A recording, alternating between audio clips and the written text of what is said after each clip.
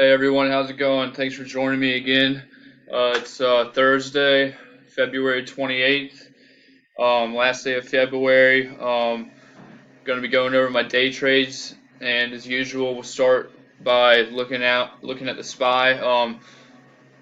Let me just let you know how my day went first. I'm down $137 on the day, so not my best day. Also, not my worst either. Um, So there's a bunch of things I could have done differently. For the most part, if you all have watched my previous videos, you probably noticed me talking about how I want to be more selective with my setups and the positions that I decide to take. Um, it's easier said than done. Um, it's taken me a couple times to be able I'm having to get burned more than once in order to correct myself, which is that's one. If y'all are new traders, that's one of the big reasons why you want to be trading on simulated money for a decent period of time, because you're going to have to make the same mistakes over and over again before you can really get ingrained in your head not to do that. So that's kind of the stage where I'm at now. I know that I can stick to my stop loss levels and mitigate my risk to a pretty decent degree. I'm doing a lot better than I have in the past, and I want to keep it up. But that being said, if I can just be more selective and pick only a couple good stocks that offer me the best risk to reward levels possible and the highest profit margins, then I'm going to be successful if I can do that. So I'm going to try to be taking less trades. Hopefully I'm going to try to take 3 trades or less a day, and hopefully that will make these videos better as well, because I'll be able to go more in depth on each trade. Also, I'll try to be going more in depth on each trade about why I'm taking the trade. So I'm also going to try to do that on this video if we have time.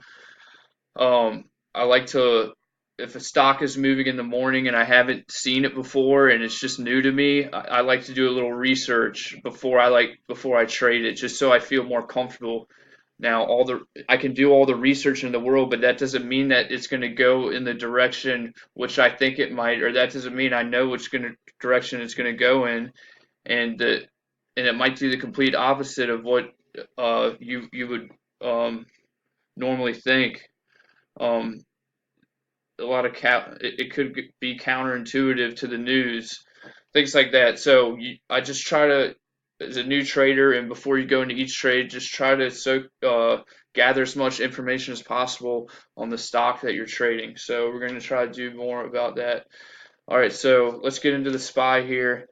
Um, so if you've seen my past episodes, you know I and still think that we have further upside to the SPY possibly until we break this white line. If you see this white dotted line going across the bottom of the bottom of all the price action of the past few days, this is the 4-hour chart, guys. This dotted line represents this area where we broke up and met as resistance previously, and finally here broke through strong.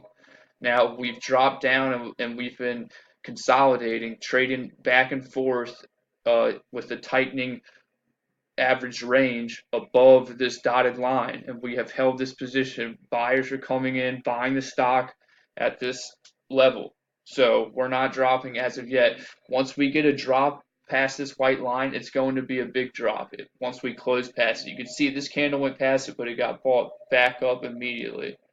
Okay, so I'm not confident in the market dropping further until we get below this dotted line.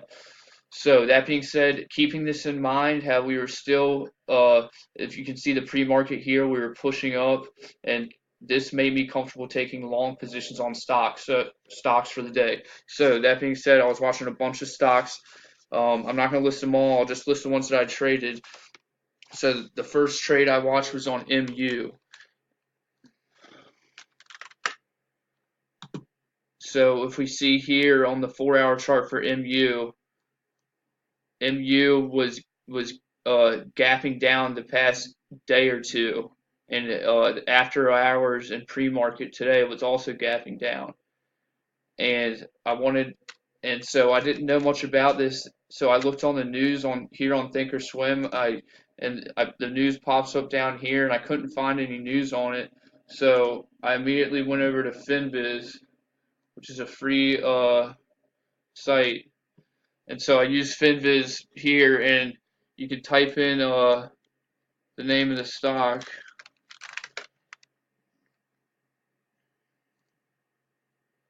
and it gives you all the information you could want to know. See and I've also been kind of mixing in some fundamentals now. A PE ratio of a 3.4. That that means that the price of their shares is trading 3.4 times their yearly earnings. So that's a pretty good value right there in itself, and that added to my level of comfortability in taking a long position on this. So they're getting sued basically. If I were to click on this, we could go look in and we could read all their the lawsuit that was filed against them. It doesn't have that much detail, but it's enough. But so I figured that maybe that was already priced into this drop, and if you look on this, even this chart, if you have it, we can see we're in an upward trend. We're in an upward trend, and this drop down here, this is a buy area along this trend line where all these bottoms are bought up. So we're dropping down there, and I knew $40 around there would be a buy. So you can also get into their financial highlights, and um, so there's all types of stuff that you can read about this. So this says the PE ratio is 9, which is still in their industry and their sector. Over here is the PE ratio is 1,000. So this is right now it could be considered a value buy because it's trading at such more of a valuable rate than the rest of the industry in their sector. So, and then you can look at the institutional ownership. Now this may be nervous because the institutionals are getting out. There's 154 less institutional holders right now than I don't know what rate this 3 months ago. So quarterly. So these are all things to keep in mind. So, but you don't let any one of those make your decision. So I can't go any more into that. I'm gonna get into these and I don't know everything about any of that. I'm just trying to learn. So it's just something I'm trying to do is be aware. So I saw I was watching a bunch of stocks, guys. The entry should have been right here after it dropped down and went below this $40 level. Um, I should have bought it right here, but I wasn't watching it at this point because I had my eyes on so many things and I missed this move. Wait, let me show my trades because now I'm forgetting. I actually took it before that, so I, yeah, I took it right here. Wow, and I got shook out, and then I went and watched something else. But I went long here, 100 shares at $40.19. So, and then I set my stop below $40, which I've talked about this in previous videos. I don't want to do that because even though this $40 is a very strong support level, it still drops through it before it gets bought back up. And you can see when it drops through it, it's holding, it's not going down real fast through it. That's a good sign. And then once it moves above it, then you get that big candle because people are starting to realize, okay, this is staying above the $40 level. That's why everyone gets confidence in buying. We get this huge candle. And then we get this massive run up here.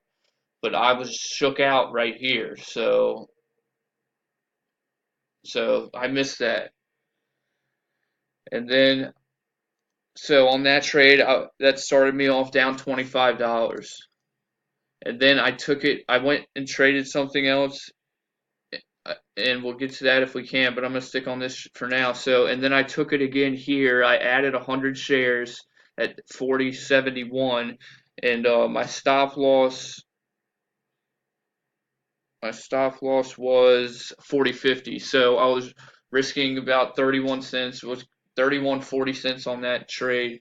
And then we dropped down here to 40.50 to my stop, and I actually got more confidence here. I knew I got in a little too early, so I felt comfortable adding, and I added here. And then once we got this, and then so I added here, so we had 200 shares, and I moved my stop. So I moved my stop to 40.40 there, and then we had this push up, and I should have taken partial here, but I did not. And I've held through all of this drop all the way back down to my entry and got stopped out because I didn't want to cut my, because I wanted more profit to, because my risk reward level wasn't there. So in hindsight, I missed my entry down here. If I couldn't get in down here, once I'm up here, I don't have the risk reward level because there's a lot of resistance here in this red line going all the way back. Sorry. So this red dotted line going back. I'd have to switch time frame. Sorry, guys. So this red dotted line goes back to here and the previous day, and that was a pretty big resistance level. So yeah, and then I took this, so I lost 40, so I lost $52 on that, so I was down about 77 bucks on those trades. And then I ended up taking this later in the day, and on this, after it popped up on this moving average and the market was moving up, and I took it down here on this drop at 40.70. It pushed up, came back down, put it, and there's a bunch of support at 40.70. So I took it again when it came back down to 40.78. We got this push up, and wait, oh guys, I forgot this back here. So I took these two trades and it pushed up, and then I said we already went over this. It stopped me out. Well, then I got put in 300. This is the VWAP, this dotted line. It bounced up real hard over the VWAP, and it came back down, and that's when I added right at the VWAP. We got this huge push, and I was holding 300 shares all the way through here, and it was holding 40.70 the whole time, basically 40.50, 40.70, and I added 100 shares here once it was holding up here, or added 100 twice, so another 200, so I was up 500 shares, and I was up about I was up a good amount up in here. I was up about 150 bucks or so, but the market started to take a turn, and I stopped out. I held this for a long time, but I stopped out here for a small, uh, only $7 gain. All that, all that for $7. So yeah, guys, missed this big move. Wow, huh? Look at that. Right after I stopped out and I said, you know, whatever. I'm going to the gym, and then look at this. Boom. That would have paid the bills. All right. Well, could have done a lot better, guys. It looks like I'm not going to be able to finish all my trades. I only got 1 minute left, but let's go to Let's go to. I took one trade on this. So this medical company, they came out with some. I don't remember, but basically, let's just get into the trade. So it pushed up real hard. This is one buy area, but right at this bottom of this yellow line, but I didn't because I'm trying to take my time and not rush into things, which I still did. I still bought in the first 4 minutes, but I didn't buy the first minute candle. But I bought after it held over this yellow dotted line up here, and I went long 200 shares with a tight stop loss relatively, and we pushed up. I was up about 120 bucks, at one point, but it can't reverse back down on me.